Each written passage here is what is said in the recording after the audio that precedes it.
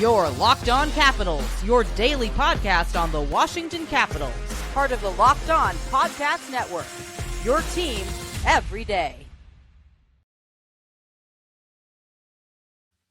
Well, hello and welcome into this afternoon edition of Locked On Capitals, part of the Locked On Podcast Network, your team every day. I'm your host, Dan Holme. So in this midday edition of Locked On Capitals, the Capitals prepare to take on the Mammoth. And, you take a look at the way the Capitals are playing right now. You see how they played against the Blues, a team they most assuredly should have won the game against, and they didn't. So a lot of questions going into the high-flying Utah Mammoth. Is a team with some pretty good upside, some good youth on this team.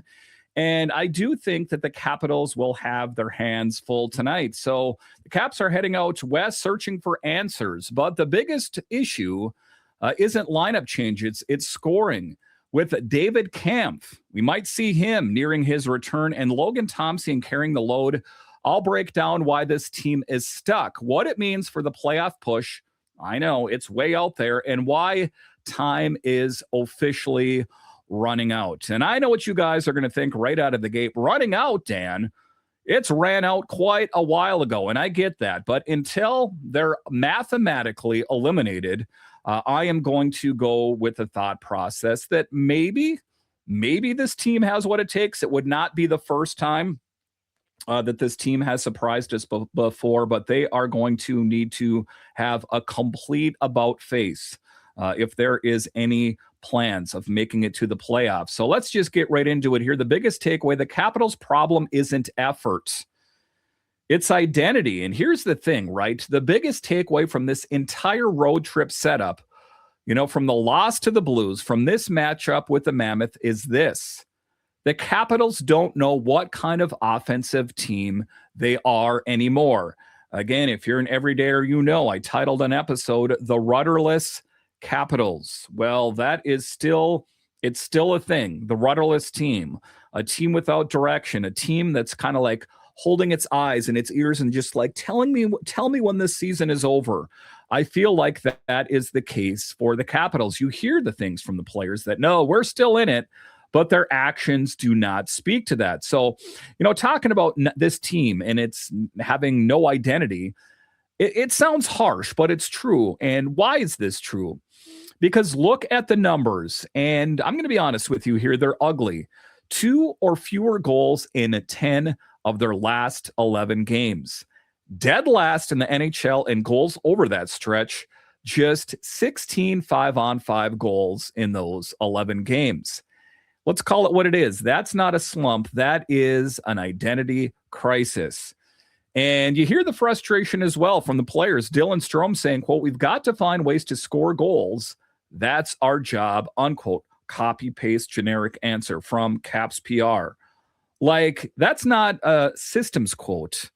That's we have no answers quote. I don't think the Capitals are trying to lose these games, and it's still a mystery to me. I will go into the offseason with that question. What changed? Some subtractions.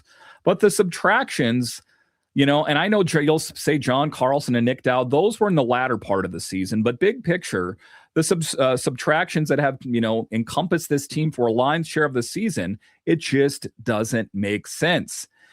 And then you got the head coach, Spencer Carberry, saying, quote, "Our puck play was not good. We just couldn't connect," unquote. So translate, what does that mean? They're not generating clean looks. They're not finishing. They're not even executing basic offensive flow. And meanwhile, this is the part that should drive you nuts if you're a Caps fan. Logan Thompson is playing out of his mind. 2 goals or fewer allowed in 8 of the last 12. 9 losses this season, with 2 goals allowed. You take a look at that. It's unexplainable. It's very unexplainable and has to be exceedingly frustrating for Logan Thompson. So that's brutal, right? That means your goalie is doing everything and your offense is giving him nothing. And this is my opinion here. This is not about adding one player. This is systemic. That, Cole Hudson gave him a bump, right? PLD's return gave him a bump. Not enough. You can plug in whoever you want next to Alex Ovechkin. You can shuffle lines, but if this team can't generate high danger looks consistently, it does not matter. And now you're heading into a game against Utah, a team with a positive goal differential sitting in a playoff spot. And you're bringing the worst offense in the league over the last 2 weeks. That's the story.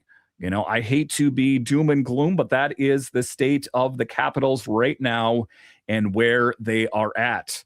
All right, so coming up here after the break, David Kampf doesn't fix this, but he tells you everything about what they're trying to do.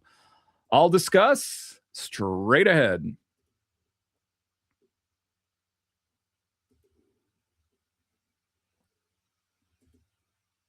There's nothing like being in an NBA arena, the crowd, the energy, the moment. Getting tickets, though, that part hasn't always been so simple. That's why Gametime has become the go-to app for scoring tickets fast without the hassle. It puts the advantage back where it belongs with the fans. I recently went to an NBA game, and Gametime made it so easy. I pulled up the Gametime app, picked up an upcoming game, and had tickets locked in within minutes. I absolutely love seeing the all-in pricing up front, no surprise fees at checkout. Being able to see the view from the seat before buying made my decision super easy. And for me, zone deals, they really stood out. I choose this section. Gametime picks the seats, and you save. Take the guesswork out of buying NBA tickets with Gametime. Download the Gametime app, create an account, and use code LOCKEDON. For $20 off your first purchase. That's code LOCKEDON for $20 off. Download the Gametime app today. And remember, it's gametime.co, not com. What if sports were traded like markets? Now you can put your sports IQ to work in real time with Robinhood prediction markets. It's not you against the house. It's you participating in a live market. You can buy or sell your positions live all game long. Use your sports knowledge in the moments that matter the most. Robinhood prediction market changes the game. It's people moving the action. So when momentum shifts, you can move with it. I always knew the game, but never had a dynamic way to apply that knowledge. Now I can actually take part live in a market powered by people. You're no longer just a spectator. Play by play, you decide. Trade every play with Robinhood. Now available across the U.S. Download the Robinhood app now to begin. Futures and cleared swaps trading involves significant risk and is not appropriate for everyone. Event contracts are offered by Robinhood Derivatives, LLC, a registered futures commission merchant and swap firm.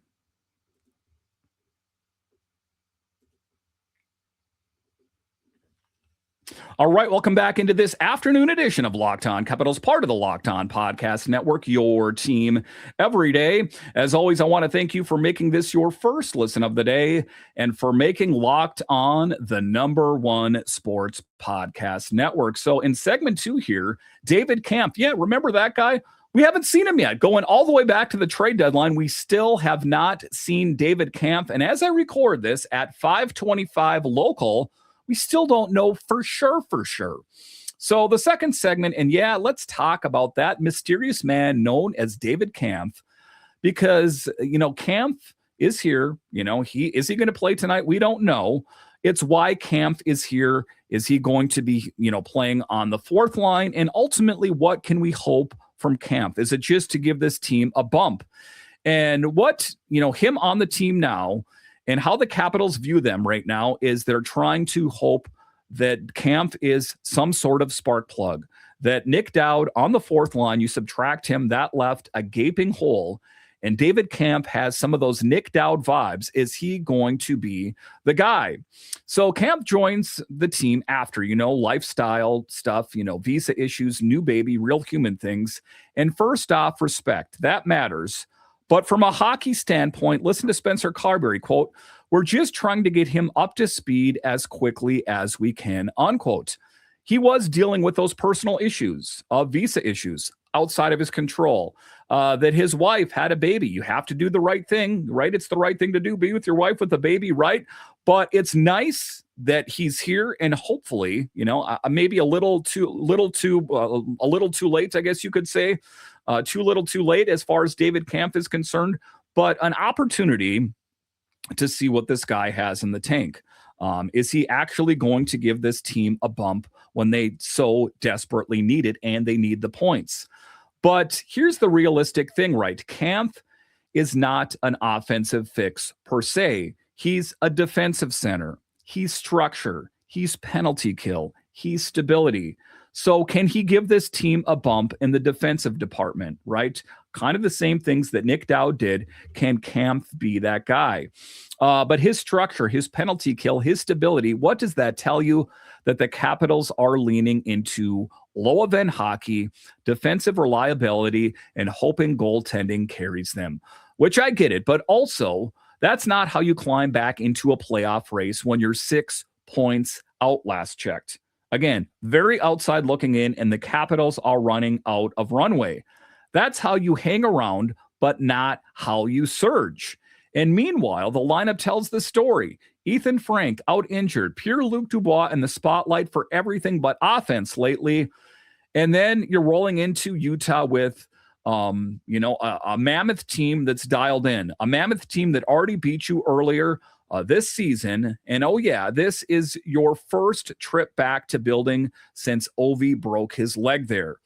So there's history there. There's pressure there, and only count them 10 games left. So here's the blunt truth. If the Capitals don't figure out how to score immediately, this trip ends their season, period. There's no ambiguity. There's not like, hey, maybe we can move this or that around. It is over. And we're talking about the future. That is where we're at right now.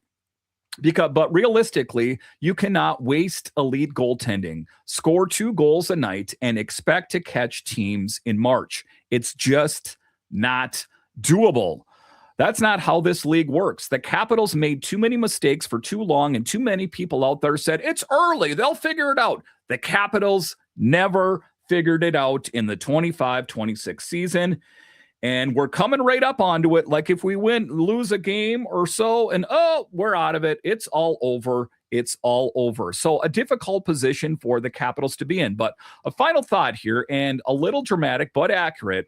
This game against the Mammoth, it's not just another road game. It's a litmus test.